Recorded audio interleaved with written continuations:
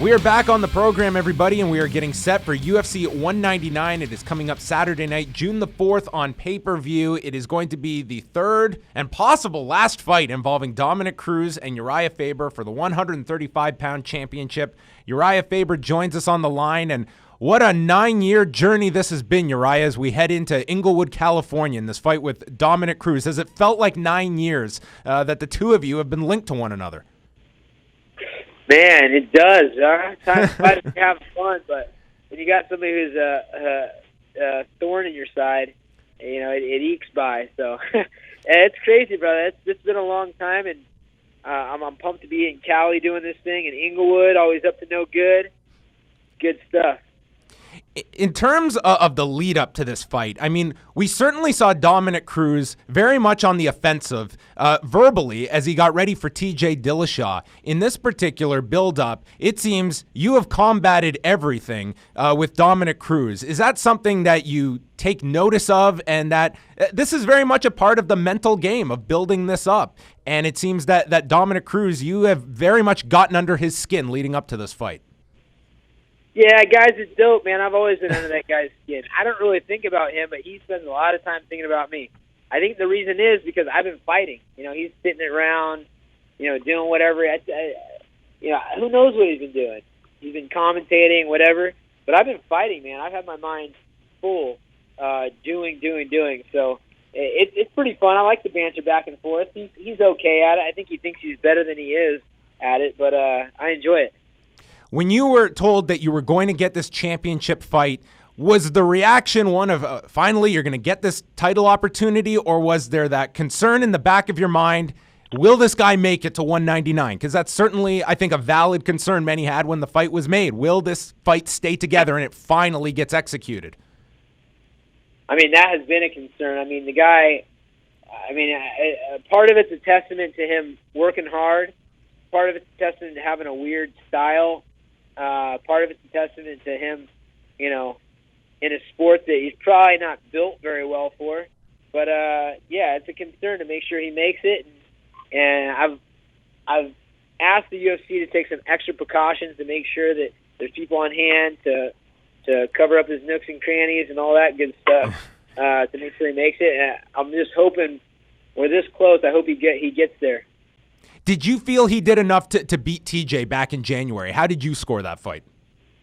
I did. I thought he looked great. It was close. I don't think there would have been a ton of complaints had they given the fight to TJ either. Mm-hmm. But, you know, Dominick definitely made him miss more, connected with some big shots himself, got some strategic takedowns that scored big. I thought he did enough. Would anybody have been crying foul play if TJ got the decision? I don't think so, but I had it scored for Cruz. The fact that you have fought him now twice in the past, do you look at a fight like this, it's a brand new canvas, it's a new preparation, it's a new camp? Do you look back on older fights and past experiences with Dominick Cruz, or can that be dangerous at times to just make certain assumptions of a fighter and not look at the growth he has made since then? No, you definitely take everything into account. I mean, honestly, Cruz is an instinctual fighter. You know, when you train like he and I, where you're doing repetitions after repetitions after years, it goes to instinct. So some of those instincts are going to stick. Some of them will be new. You'll get to see things that other guys have been working on, etc. But, you know, some instincts don't go away. And so you pay attention to those, but you also look for new ones. As you're doing media all over the place promoting this fight, I'm curious if you are getting as many questions about TJ Dillashaw as you are Dominick Cruz. These are two very big fights at bantamweight, potentially for you. No, they've mostly been about Cruz, to be honest. TJ comes up on occasion, but you know, everybody's pretty excited for the fight with the Dominator. Are you kind of burnt out on everything with Dillashaw? It seems like it's a story that is just, until you guys fight, this thing is always going to be kind of on the back burner for many people. Yeah, you know, I don't try to waste my time with negativity. So if it's not a positive, good feeling, I don't try to focus and read up on this or read up on that. Like, I don't know. People talked about how I feel being the underdog. Didn't even know I was the underdog. I don't care. I'm training. I'm doing my thing. That's the reason why I've been able to stay at the top of the heap and be a competitor like I have been for 13 years. I don't listen to the negativity.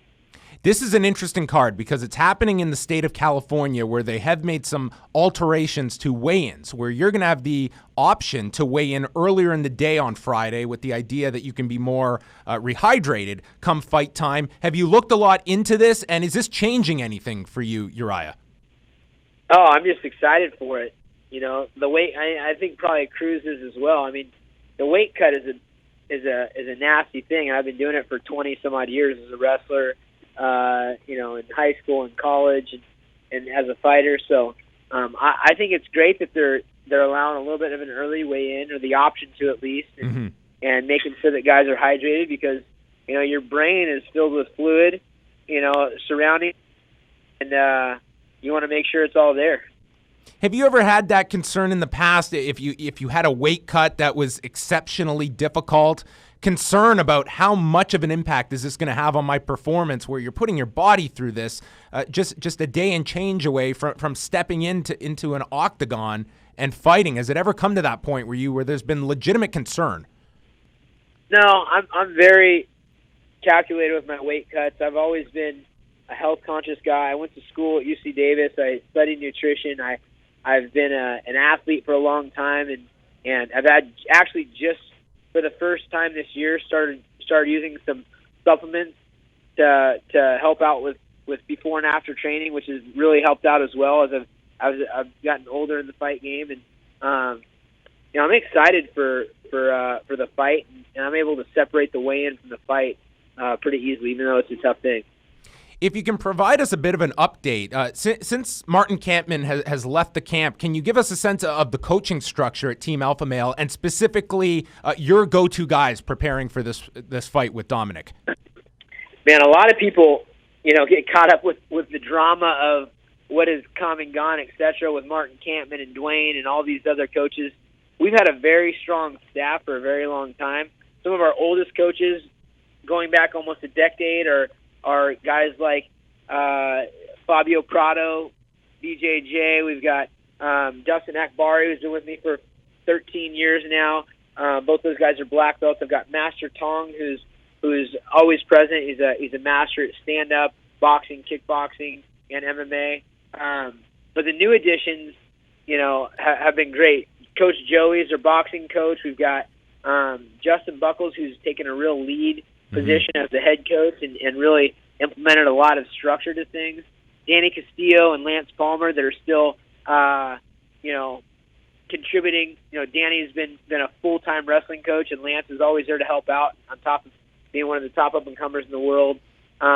We've got Chris Holdsworth, who alongside, Fabio and Dustin has just taken our jiu-jitsu to a new level. He's been developing the new curriculum for a lot of the younger guys, in addition to getting some of the top guys ready for their fights. He's out there with Cody right now. I mean, we're looking at about 7 or 8 guys deep on our coaching staff, and Buckles is at the head of that right now. As someone that in the past has accepted a championship fight on very short notice, as you did with Renan Barão, what are some of the keys that you would pass along to Michael Bisping, who has to get ready for this fight in 2.5 weeks on the same card? I would tell Bisping, we've spent years and years and years perfecting the fight techniques. He's not going to add too many more submission tricks or wrestling tricks or big, fight-ending striking moves at this point. If I were him, I would run every single day. I would run a distance and I would run a sprint.